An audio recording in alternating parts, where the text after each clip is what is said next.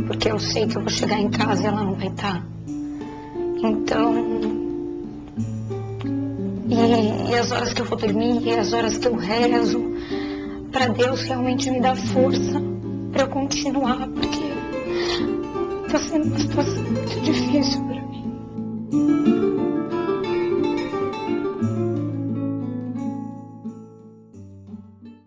Hola mis amigos, ¿cómo están? Espero que todos se encuentren muy bien. Bienvenidos al canal, mi nombre es Sil y estoy contenta de estar en contacto con todos ustedes por este medio, así que desde ya muchas gracias por su tiempo y apoyo. Y quería recordarles que si aún no se suscribieron al canal, por favor lo hagan y activen la campanita de notificaciones, así estén al tanto de cada nuevo video. Ahora sí, sin más intro, comencemos con el caso del día de hoy. Hoy hablaremos de quizás el caso más sonado en la historia de Brasil. Se trata de la pequeña Isabela Nardoni, que llevó a una de las investigaciones más importantes de ese país. Quizás el hecho de que se tratase de una pequeña de tan solo 5 años movilizó el corazón de todas las personas que salieron a las calles a clamar por justicia. Inclusive en su momento el presidente Lula da Silva tuvo que salir a hablar para intentar calmar los ánimos de la población. Sé que este caso se va a hacer un poco largo, así que pónganse cómodos y quédense conmigo para conocer esta historia. Isabela Oliveira Nardoni nació el 18 de abril de 2002 en São Paulo, Brasil, fruto de la relación entre Alexandre Nardoni y Ana Carolina Oliveira.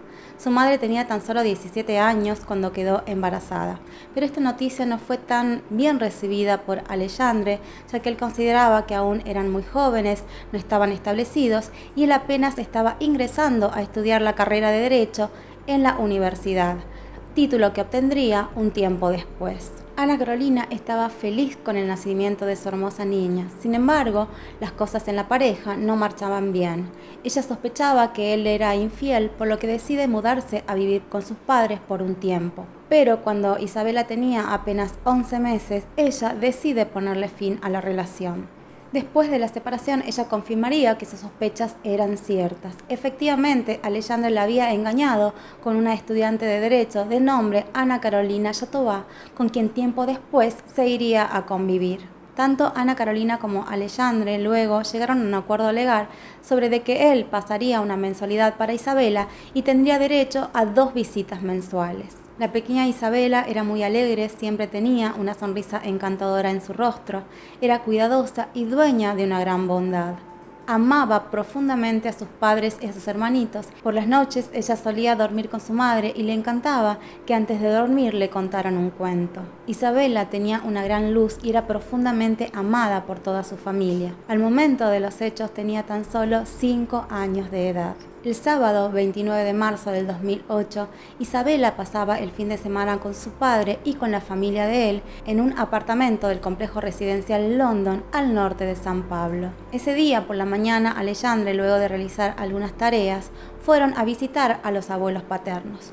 Luego de eso decidieron ir de compras al supermercado. Por la noche, mientras regresaban, quizás por el cansancio, Isabela queda dormida en el auto. Cuando ingresan al garage del edificio, Alexandre decide que primero subiría al apartamento del 6º piso para acostar a Isabela y luego bajaría para ayudarle a Jatobá con los niños y las compras. Y así lo hizo, subió al apartamento, dejó a Isabela en el cuarto de huéspedes, encendió la luz, salió del lugar, cerró con llave y bajó nuevamente al garage. Nada hacía imaginar la tragedia que se desencadenaría minutos después. No pasaría mucho tiempo cuando el encargado de seguridad escucha un fuerte golpe que provenía del jardín, por lo que sale para ver de qué se trataba. Y se da con un escenario terrible. Sobre el césped ve tirada a Isabela herida. E inmediatamente se comunica con emergencias para solicitar ayuda. Eran exactamente las 11:49 p.m. Un vecino del primer piso, quien también escuchó el golpe, salió a su balcón y vio la misma terrible escena y realiza el segundo llamado a urgencias. Casi al mismo tiempo que todo esto sucedía, Alexandre llegó a su apartamento con el resto de la familia y al poco de ingresar se da cuenta que Isabela no se encuentra en la habitación donde la dejó y comienzan a buscarla. Se percata que la malla de seguridad de la ventana de la habitación de sus hijos está rota. Cuando el hombre se asoma y mira, ve a su hija tirada en el césped. Él comienza a llorar y gritar desesperadamente que un intruso ingresó a su casa y tiró a su hija por la ventana.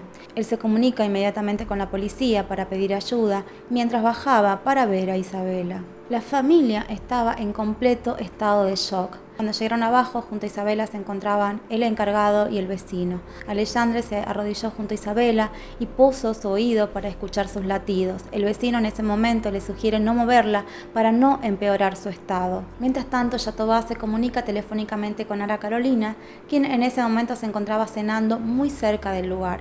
La mujer le habló a los gritos, estaba totalmente histérica, por lo que Ana no conseguía entender exactamente lo que le decía.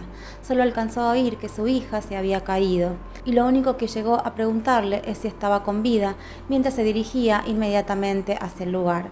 En ese momento, lo que creía Ana Carolina es que su hija se había caído en la piscina. Ella llegó antes que en la ambulancia y se encuentra con la peor escena para una madre, y toma conciencia de la gravedad de la situación. Ella se acerca a su hija, comienza a besarla y a hablarle el oído, le pide que por favor no la deje, que se quedara con ella, que ya vendrían a buscarla. Sentía que el corazón de su hija latía muy débilmente. La escena era desgarrante. Ana Carolina pregunta qué es lo que había sucedido, mientras Alexandre y Jatobá, desesperados, culpaban la mala seguridad del lugar, al guardia. Cuando finalmente llegaron los paramédicos, comenzaron con las maniobras de reanimación. Estuvieron más de 30 minutos intentándolo, pero todo esfuerzo parecía infructuoso. Isabela estaba muy golpeada. Mientras la ambulancia se dirigía al hospital y a pesar de las súplicas de su madre, Isabela no pudo más y perdió su vida tras agonizar 50 minutos luego de su caída. Simultáneamente a todo esto, a los pocos minutos de recibir el llamado de auxilio, una docena de autos de la policía militar rodeó el edificio.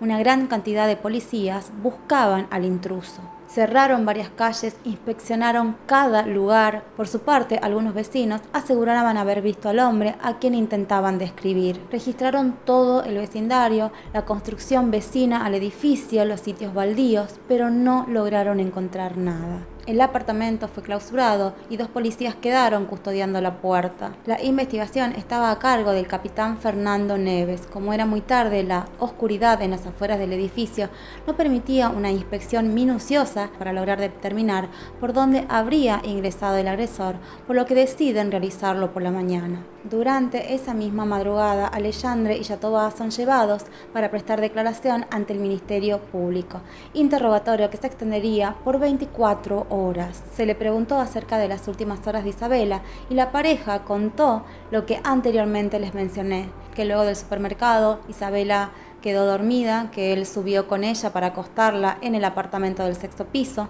y luego bajó para ayudar a su esposa con los 2 niños y las compras. Pero cuando subió no encontró a Isabela y se percató de que la malla de seguridad de la ventana de la habitación de sus hijos había sido rota. Se asomó y vio a su hija en el suelo. Él calcula que Isabela estuvo sola entre 5 y 10 minutos. Guiándose de esta declaración, la policía deduce que Isabela fue agredida dentro del apartamento en el tiempo que Alexandre bajó a buscar al resto de su familia y que quizás el responsable pudo haber ingresado al edificio por un descuido del portero.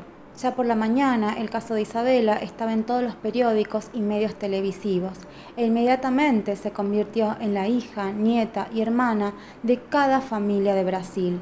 Ella les dolía a todos. La población reaccionó con una conmoción nunca antes vistas y comenzaron a realizar marchas y marchas para exigir justicia. Por otro lado, muy temprano aquella mañana, la policía realizó una inspección ocular en las afueras del edificio.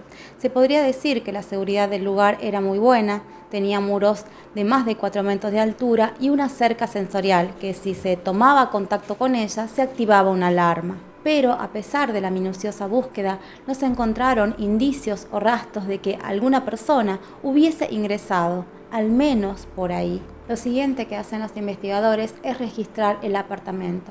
Lo primero que determinan es que la cerradura no fue forzada y de acuerdo a la declaración de Alexandre y Jatobá no faltaba ningún objeto, por lo que el robo queda prácticamente descartado desde el principio. Por otro lado, encuentran en la entrada al apartamento unas gotas de sangre apenas perceptibles, que seguían una secuencia hacia el interior, por el pasillo hasta la sala al lado de un sofá y finalmente en el cuarto de los hermanitos de Isabela, donde se encontraba la ventana por la que fue arrojada. También en el lavadero encontraron una cubeta que contenía agua y un paño con manchas rojas en su interior. También un cuchillo y una tijera que tenía restos de tela. Los investigadores tomaron muestras de la malla de seguridad que había sido cortada de la ventana para poder cotejarla. Encontraron también sobre la cama que se ubicaba debajo de la ventana una huella de calzado que posiblemente dejó el agresor al lanzar a la pequeña por la ventana. También recogieron la ropa que la pareja usó aquel día. Todas estas pruebas fueron incautadas y enviadas para que se le realicen los análisis forenses. Mientras todo esto pasaba, la pareja seguía siendo interrogada por la policía. Recuerden que les dije que se había extendido por 24 horas. Un investigador les preguntó si ellos tenían algún enemigo, alguien que quisiera hacerles daño, pero la pareja no estaba tan segura. Mencionaron al conserje porque días atrás, mientras Isabela se encontraba en la piscina, el hombre preguntó si ella era hija de Alexandre y más tarde vieron a este hombre hablando con la niñita. Alexandre también mencionó que días atrás había tenido una fuerte pelea con un obrero que había ido a realizar una instalación, ya que siempre estaban yendo albañiles al edificio a realizar refacciones. La policía con esto creyó que ellos pudieron haber dejado la llave a mano y alguien aprovechó la situación para tomarla. Aunque Alexandre aclara que él nunca dejó que ingresara ningún obrero a su apartamento. Con esta nueva información la policía registra un apartamento ubicado al frente de los Nardoni. El lugar se encontraba en obras, estaba siendo refaccionado, ni siquiera tenía luz, por lo que nadie vivía allí. Ahí se encontraron varios instrumentos de la construcción, pero lo que llamó poderosamente la atención de los investigadores fue una playera con manchas de sangre, que inmediatamente fue enviada al laboratorio para cotejar el ADN. Luego de esto se procede a la detención preventiva del obrero, quien justamente había trabajado en el edificio el día de los hechos. Sin embargo, el obrero dijo que él no tenía absolutamente nada que ver con el caso y que la sangre de la playera era suya, ya que le había sangrado la nariz y él la utilizó para limpiarse. Los resultados de la autopsia a Isabela determinaron que la causa de la muerte había sido un paro cardiorrespiratorio. Se encontraron varias lesiones, pero para sorpresa no todas eran compatibles con la caída. Por ejemplo, tenía lesiones petequiales en pulmón y corazón, su lengua estaba por fuera de la boca y todo esto permite indicar que hubo una asfixia mecánica, además de presentar marcas de manos en su cuello. También tenía hematomas en su rostro, orejas, extremidades, fractura de pelvis y de una muñeca, y esto se habría producido antes de la caída. Por otro lado, los peritos indicaron que Isabela había sido sostenida por las muñecas antes de ser arrojada al vacío, por las marcas que encontraron en sus muñecas y en sus rodillas. Ellos creen que la persona deslizó cuidadosamente a Isabela por la ventana antes de arrojarla. Algo sumamente extraño. Otra cosa que presentaba era una herida sangrante en la frente, que sería la fuente de las gotas de sangre halladas en el apartamento. Los resultados de los análisis de la sangre encontrada en la playera del obrero arrojaron que no pertenecía a ningún miembro de la familia Nardoni, sino que era del mismo obrero, coincidiendo así con la declaración del hombre, quien inmediatamente fue liberado y descartado como sospechoso. Cuando la población supo esto, inmediatamente salió a las calles para pedir por el responsable.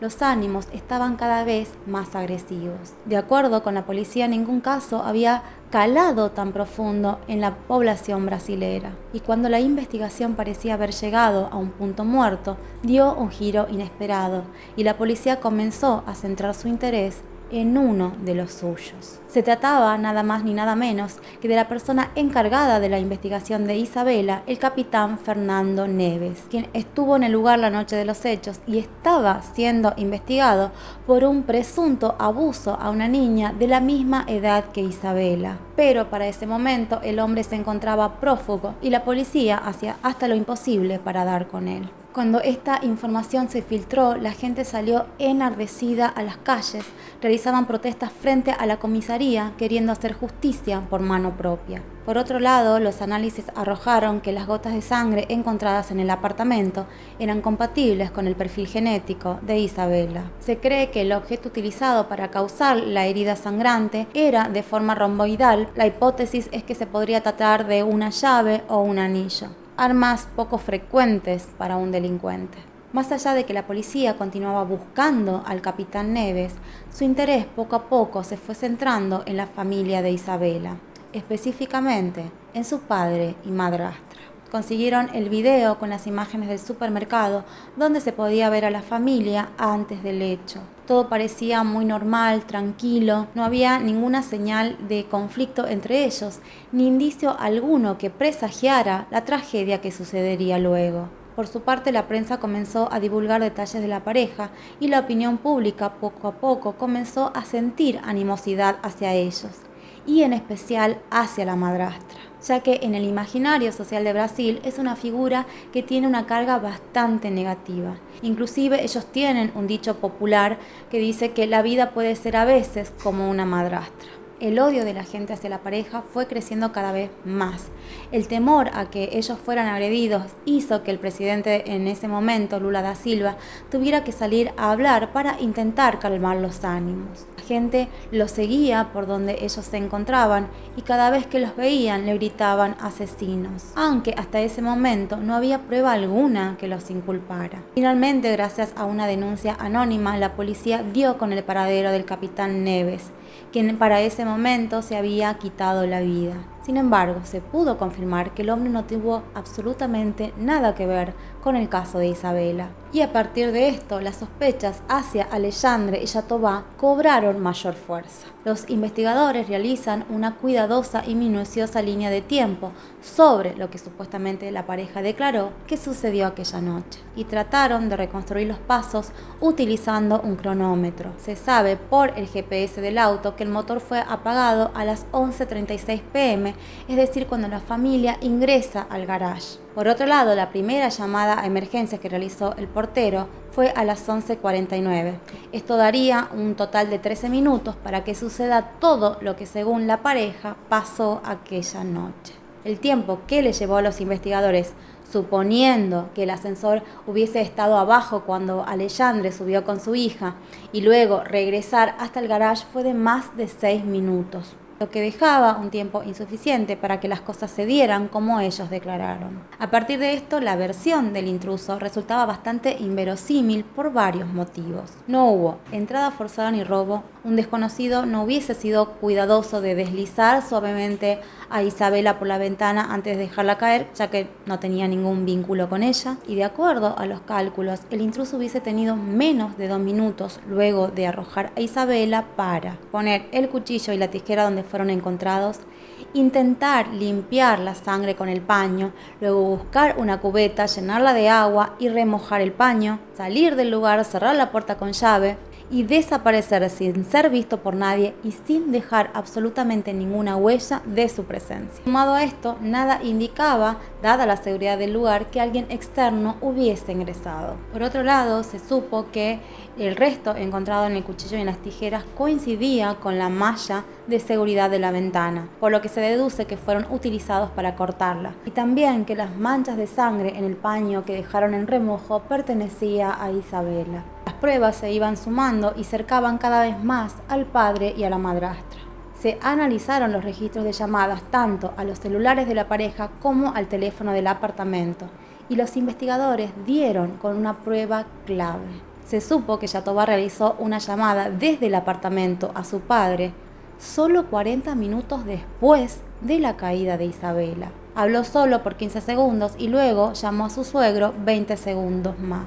Mientras esto pasaba, Alexandre bajaba para ver a su hija tendida en el césped.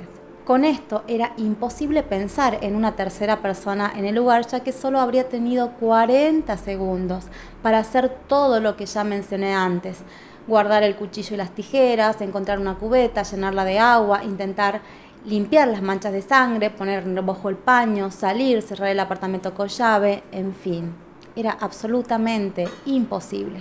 Y lo más importante, esta prueba ubicaba a la pareja en el momento y en el lugar de los hechos. Esto llevó obviamente a que la policía dudara de la versión de que Jatobá se quedó esperando en el garage a que Alexandre bajara. De esta manera, los investigadores comenzaron a armar el rompecabezas. Conociendo que la sangre tanto de la entrada como del interior del apartamento pertenecía a Isabela, dedujeron obviamente que ella había sido herida en otro lugar, por lo que registran el auto que la familia usó aquel día. Y efectivamente, en el asiento trasero, donde posiblemente iba sentada Isabela, encontraron gotas de sangre. Luego de esto, la policía comenzó a tomar declaraciones a los vecinos. Una mujer que vivía en el cuarto piso, ubicado frente del departamento de la pareja, dijo que aquella noche tarde los había escuchado discutir, y no solo eso, sino que también escuchó a una niña gritar: "Basta, papá, basta". Y esto fue confirmado por otro vecino que dijo haber escuchado lo mismo. También dijeron que cada vez que la niña iba a visitar a su padre, los gritos y las discusiones de la pareja eran constantes. Por otro lado, personas cercanas a la pareja dirían que Alexandre, mientras estaba solo, parecía ser una buena persona, pero que se transformaba ante la presencia de Jatobá, ya que la mujer era extremadamente celosa y controladora y le hacía constantes escenas. A ella la describen como una mujer muy insegura y que sentía celos enfermizos hacia Ana Carolina. Esto habría llevado a que ella despreciara a Isabela y le molestara su presencia cada vez que la niña visitaba a su padre. También se llegó a saber que los abuelos paternos intentaban cada vez que podían evitar que Jatobá se quedara sola con Isabela, y esto obviamente era por algo. Por otro lado, era común que Isabela regresara antes de la visita a su padre, aunque ella jamás comentó el motivo con su mamá. Con todo esto aparece una última prueba irrefutable. Se consiguen imágenes de un circuito cerrado del supermercado que demuestran que tanto la ropa como el calzado que llevaba Alexandre en el supermercado no coincidía con el que tenía al momento de estar con Isabela luego de la caída. Algo sumamente sospechoso. ¿Cómo tendría tiempo un padre al que le acaban supuestamente de arrojar su hija de un sexto piso para cambiarse de ropa? La policía dio con la playera y cuando la analizaron encontraron marcas muy específicas en el lado de los brazos, que coincidía perfectamente con la malla de seguridad de la ventana desde donde habían arrojado a Isabela. Y por otro lado, el calzado que él usaba coincidía con la huella dejada sobre la cama ubicada debajo de la ventana, lo que no dejaba duda alguna de que fue el propio padre quien arrojó a su hija con vida desde el sexto piso. Lo que los investigadores creen es que en el auto, Jatobá agredió a Isabela, quien comenzó a sangrar. Luego todos subieron hacia el apartamento. Luego Alexandre lanzó a su hija al piso, que cayó cerca del sofá donde se encontraron las gotas de sangre. En esa caída ella se habría fracturado la pelvis y una de sus muñecas. Luego Jatobá la asfixió y la sofocó para que la niña no gritara, y esto habría producido que ella se desvaneciera. Ambos se asustaron y para intentar cubrir lo que habían hecho, decidieron arrojar a la niña por la ventana. Por las marcas que ella tenía, se sabe que ella fue deslizada muy suavemente a través de la ventana antes de dejarla caer. Ambos son detenidos el 7 de abril de 2008 y el 18 de ese mismo mes son imputados. Ambos debieron ser fuertemente custodiados y protegidos, dado que toda la población quería quitarles la vida. Ana Carolina quedó devastada. Dijo que su hija amaba incondicionalmente a su padre. Al infinito dolor de perder una hija, ahora se agregaba que fue el propio padre quien le quitó la vida. El juicio fue llevado a cabo el 22 de marzo del 2010. Quiero aclararles que en todo momento la pareja se declaró inocente. Alexandre dijo que la policía lo había presionado para que se declarase culpable, pero que todo se había tratado de un accidente. Inclusive dijo no recordar que él había dado la versión del intruso. Cuando el fiscal le preguntó por qué no había auxiliado a su hija cuando aún se encontraba con vida, su respuesta fue que se encontraba en estado de shock, algo bastante difícil de creer. Si bien no todos reaccionamos de la misma manera ante un suceso traumático, yo creo que cualquier padre que ama a un hijo en esos momentos hace hasta lo imposible para protegerlo y cuidarlo. Pero este, lamentablemente, no fue el caso. El 27 de marzo, antes de que se dictara la sentencia, el juez decidió abrir los micrófonos para que la multitud que esperaba fuera expectante pudiera oírla. A ambos se los declaró culpable de homicidio calificado. Alexandre Nardoni, de 29 años, fue condenado a 31 años y un mes de prisión, mientras que Ana Carolina Jatobá a 26 años y 8 meses de prisión. Sin embargo, esto no terminaría aquí, y la controversia alrededor del caso continúa inclusive hasta el día de hoy, ya que hay algunos especialistas que creen que la muerte se trató de un accidente.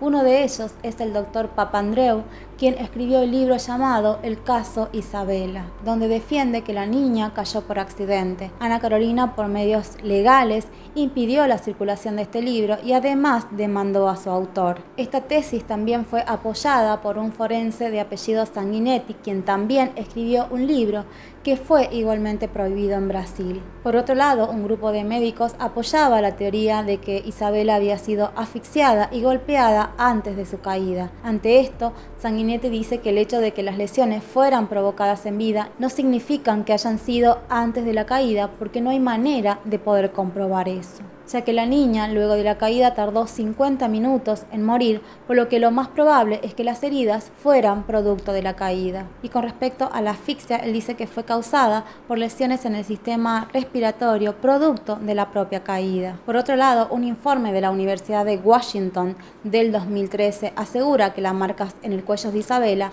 no fueron realizadas ni por la madrastra ni por el padre, porque no coincidía con la morfología de sus manos. Ante esto, una técnica científica de Brasil dijo al contrario, que las lesiones son compatibles con asfixia con las manos, que a veces solo se encuentran 3 o 2 dedos y que las marcas no son solo externas, sino también internas. La verdad que a pesar de las diferentes posiciones que existen, las pruebas en contra de la pareja son numerosas. A días de lo sucedido con Isabela, Alexandre y Jatobá concedieron una entrevista a un medio televisivo donde fueron sometidos a un detector de mentiras. Alexandre jamás lloró, mientras que Jatobá lo hizo durante toda la entrevista. Ella dijo que trataba a Isabela igual que a sus otros hijos y que la pequeña era dócil y alegre. La máquina marcó verdad. Alexandre, por su parte, dijo que él no podía visitar la tumba de su hija porque la gente lo hostigaba. Y antes de que todo pasara, ellos eran muy felices.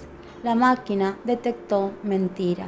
Jatobá dijo que amaba que Isabela jugara y que hacía todo lo posible para que ella fuera feliz. Y que ellos eran una familia feliz. La máquina detectó mentira. Ana Carolina, por su parte, pudo volver a rehacer su vida luego de 6 años del hecho. Y a pesar de que el dolor por la pérdida de su hija continúa hasta hoy, ella se convirtió en madre de un niño en el año 2016 y de una niña en el año 2020. Por su parte, Alexandre y Jatobá terminaron separándose. Y aunque parezca increíble y terrible, en julio del 2017 a Jatobá se le concedió el beneficio de ingresar al sistema semiabierto, lo que significa que ella puede trabajar durante el día fuera de la prisión y además disfruta de permisos temporales en vacaciones. Y en el año 2019, Alexandre accedió al mismo beneficio. Desde mi punto de vista, una completa locura, dado la atrocidad del hecho que cometieron. En cuanto a los hijos de esta pareja, ellos fueron criados por los abuelos maternos y ninguno de los dos lleva el apellido ni de la madre ni de su padre. Y este fue el caso, amigos, se hizo un poco largo, pero me pareció importante que pudieran conocerlo. Si bien para mí ambos son culpables, yo le adjudico la mayor responsabilidad a él, porque era su papá, a quien Isabela amaba con su vida, quien debía cuidarla, protegerla, y sin embargo dejó que la lastimaran, para luego quitarle la vida de una manera terrible. Por otro lado, hay que nacer bastante miserable para sentir odio y celos hacia una niña inocente que jamás dañó a nadie. Sin duda, estos seres nefastos se unieron y sacaron lo peor de su humanidad. Por favor, dejen sus opiniones en los comentarios, ya saben que lo que más me gusta es leerlos. Y si este contenido les ha parecido informativo, por favor no se olviden de darle like y lo más importante, si desean apoyarme, es suscribirse y activar la campanita de notificaciones, así están al tanto de cada nuevo video. Y si lo desean también me pueden seguir por mis redes sociales, así estamos un poco más conectados. Y esto fue todo, gracias por acompañarme, los espero sin falta en un próximo video, se los quiere siempre, chau chau.